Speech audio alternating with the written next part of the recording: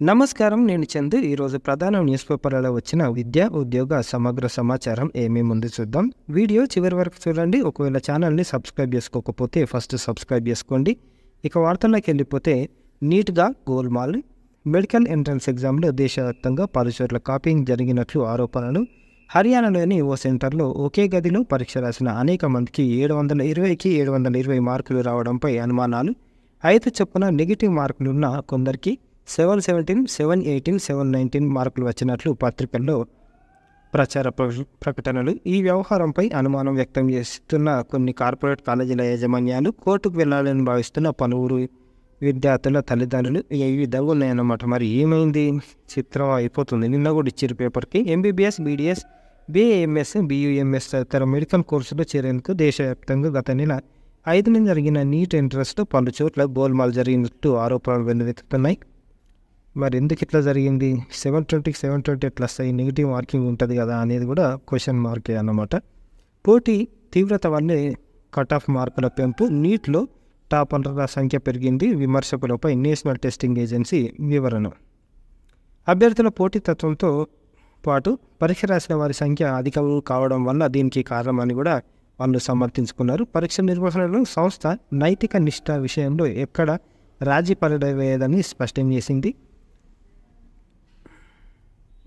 కొన్ని కేంద్రాల్లో పరీక్ష నిర్వహణలో జాప్యంపై 1563 మంది అభ్యర్థులు హైకోర్టులో పిటిషన్లు దాఖలు చేశారని, వారికి కలిగిన నష్టాన్ని భర్తీ చేసేందుకు గ్రేస్ మార్కులు ఇవ్వడం జరిగిందని తెలిపారు. ఇలా గ్రేస్ మార్కులు పొందిన వారిలో -20 నుంచి 720 వరకు మార్కులు వచ్చిన విద్యార్థులు కూడా ఉన్నారని వివరించారు. ఒకే విధమైన టాప్ ర్యాంకును అత్యధిక స్థాయిలో అంటే 67 మంది సాధించడం, వీరిలో 6 హర్యానాలోని ఒకే సెంటర్లో పరీక్ష రాసిన వారు కావడంపై ఆరోపణలు కూడా వచ్చాయి. అయితే వీటిని ఎన్టీఏ తోసిపుచ్చింది. ఎన్సీఆర్టీ నూతన టెక్స్ట్ బుక్స్ ప్రకారం నీట్ ప్రశ్నపత్రం రూపొందిందని, కొందరు విద్యార్థులు ఎన్సిటీ ఓల్డ్ టెక్స్ట్ బుక్లో వాటి పరీక్షలతోటి ప్రిపేర్ అయ్యారని, వారి నుంచి అభ్యర్థులను రావడంతో కమిటీ పరిశీలించి వారికి 5 మార్క్స్ గ్రేస్ మార్కులు కలిపినట. దీనివల్ల 44 మార్కులు 715 నుంచి 744 మందికి మార్కులు 715 నుంచి 720కి పెరిగాయి. విమర్శలు ఇట్లా చెప్పారు. జోసా కౌన్సిలింగ్కు సర్వం సిద్ధం. 9న జేఈ అడ్వాన్స్డ్ పరీక్షలు ఫలితాలు. 10 నుంచి కౌన్సిలింగ్ ప్రక్రియ ప్రారంభం. 17 వరకు మాక్ కౌన్సిలింగ్, ఆ తర్వాత రిజిస్ట్రేషన్ ఆప్షన్ల ఎంపిక. 5 రౌండ్లలో కౌన్సిలింగ్. జూలై 23 నాటికి ప్రక్రియ పూర్తి. ఐఐటీలు, ఎన్ఐటీలు, ట్రిపుల్ ఐటీలు, జీఎఫ్టీఐలో 57,117 సీట్లున్నాయి. ఈ విధంగా సీట్లున్నాయి. మొత్తానికి గణనీయంగా పెరిగిన సీట్లు. 5 ఏళ్లలో 18,000కు పైగా సీట్ల పెంపు అన్నమాట. కౌన్సిలింగ్ తేదీలు ఇట్లున్నాయి. జూన్ 18 నుంచి స్టార్ట్ అవుతుంది. జూలై 17 వరకు ఫైనల్ ఫేజ్ ఉంటుంది. మరి 2023లో జోసా కౌన్సిలింగ్లో పాల్గొన్న సంస్థల్లో సీట్లు ఈ విధంగా వచ్చినాయి.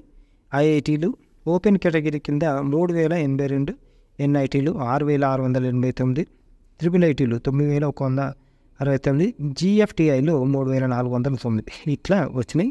ఒకవేళ ఓపెన్ అయితే అది ఎస్సీ అయితే 1,096, 2472 ఈ విధంగా వచ్చినాయి.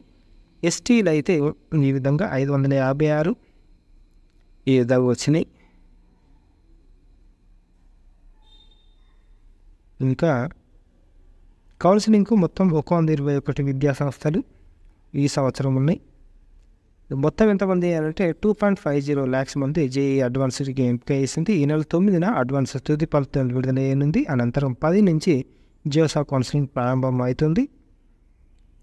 ఇకపోతే గ్రూప్ 1 రిజర్వేషన్ వివరాలు తెలుసుకొని చెప్పండి అని చెప్తున్నారు. వికలాంగులకు సంబంధించింది ప్రభుత్వానికి టీజీపీఎస్కి హైకోర్టు ఆదేశం. గ్రూప్ 1 పోస్టుల భర్తీలో దివ్యాంగులకు రిజర్వేషన్ అమలుపై వివరణ ఇవ్వాలని రాష్ట్ర ప్రభుత్వాన్ని తెలంగాణ పబ్లిక్ సర్వీస్ కమిషన్ని హైకోర్టు ఆదేశాలు జారీ చేసి, ట్రిబ్ దూకుడు మైనార్టీ సొసైటీలో పీడీ లైబ్రరీయన్ అభ్యర్థులకు పోస్టింగ్లు, 11 నుంచి సర్టిఫికేట్ వెరిఫికేషన్ నిర్ణయం, అనేక అంశాలపై హైకోర్టు మధ్యంతర ఉత్తర్వులు ఇప్పటికీ ఎటు తేలని రిలిక్విష్మెంట్ విధానం, ట్రిబ్ వ్యవహారంపై గురుకుల అభ్యర్థుల ఆగ్రహం. హైకోర్టు నుంచి మధ్యంతర ఉత్తర్వులు ఇచ్చిన ప్రభుత్వం ఎలాంటి నిర్ణయం వెలువరించకపోయినా ట్రిబ్ నియామక ప్రక్రియను ప్రారంభించింది అని మండిపడుతున్నారు అభ్యర్థులు. మైనార్టీ గురుకుల సొసైటీలో పీడీ లైబ్రేరియన్ పోస్టుల భర్తీని చేపట్టడంపై తీవ్ర అభ్యంతరాలను వ్యక్తం చేస్తున్నారు. గురుకుల అభ్యర్థుల ఆగ్రహం. మన ఎందుకు ఎట్లా చేస్తుంది, ఇప్పటికన్నా అందరికి అర్థం కావాలి. నియమావళి ముగిసింది, నియామకాలే తరువాయి. వైద్య ఆరోగ్య శాఖలో 5,348 పోస్టుల భర్తీకి రంగం సిద్ధం. సమీక్షించిన మంత్రి, ఉన్నతాధికారులు. అత్యధికంగా వైద్యులు, స్టాఫ్ నర్సుల పోస్టులు. భారీగా వైద్యుల పోస్టులు ఖాళీలు ఉన్నాయి ఇప్పటికే బోధన ఆసుపత్రుల్లో. కాకపోతే కొన్ని నెలల క్రితమే సుమారు 7,000 మందికి పైగా స్టాఫ్ నర్సుల నియామకం ప్రక్రియ పూర్తి కాగా తాజాగా మరో 1988 మెంబర్స్ స్టాఫ్ నర్సుల రిక్రూట్మెంట్ జరగనుంది. అనుమతించిన పోస్టులు ల్యాబ్ టెక్నీషియన్ పోస్టులు 744 దాకా భర్తీ కానున్నాయి. ఫార్మసిస్టులు 191, ఏఎన్ఎంలు 81 మంది నియమితులు కానున్నారు. 19,000 మందికి పదోన్నతులు. సీఎం ఆమోదానికి ఉపాధ్యాయుల ప్రమోషన్లు, బదిలీల దస్తం. నేడలకు షెడ్యూల్ వెలువడే అవకాశం. మరి పదోన్నతులు ఇట్లుంటాయి. భాషా పండితుల పోస్టులు అప్గ్రేడేషన్. హైకోర్టు డివిజన్ బెంచ్ గత మార్చిలో తీర్పు వెలువరించింది. మల్టీ జోన్ 2లో 778 మంది గెస్టెడ్ ప్రధానోపాధ్యాయులు అవుతారు.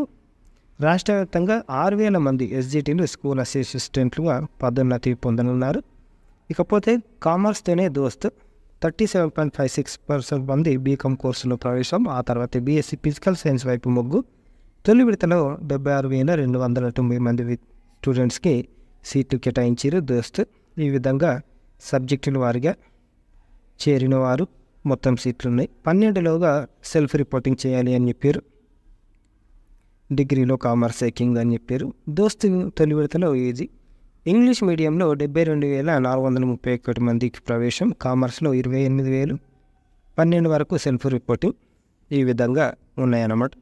యాజమాన్యాల వారిగా దోస్త్ సీట్ల కేటాయింపు ఈ విధంగా ఉంది. బిఎఫ్ఎస్ఐ కోర్సులతో కొలువు గ్యారంటీ. హెచ్ఎస్బిసి, జేపీ మోర్గాన్లో జాబ్స్. డిగ్రీలో కొత్తగా బిఎఫ్ఎస్ఐ కోర్సు ఏటా 10,000 మందికి అవకాశం. కోర్సు పూర్తి కాగానే జాబ్ గ్యారంటీ కోర్సును ఇప్పుడు డిగ్రీలో ప్రవేశపెడుతున్నారు. ఈ విద్యా సంవత్సరం banking, financial service and insurance కోర్సులు అందుబాటులోకి తెచ్చారు. డిగ్రీతో పాటు ఇంజనీరింగ్ సహా ఎవరైనా ఈ కోర్సును తీసుకోవచ్చు. ప్రస్తుతం ఇంజనీరింగ్లో ఈ ఏడాది 5,000 మంది, ఇంజనీరింగేతర కోర్సులో 5,000 మందికి ప్రవేశాలు కల్పిస్తామని చెప్పారు. ఈ కోర్సు పూర్తి చేసుకున్న వారికి JP Morgan, London stock exchanges, state street, HSBC వంటి ప్రముఖ కంపెనీలో ఉద్యోగాలు లభిస్తాయని కూడా చెప్పారు.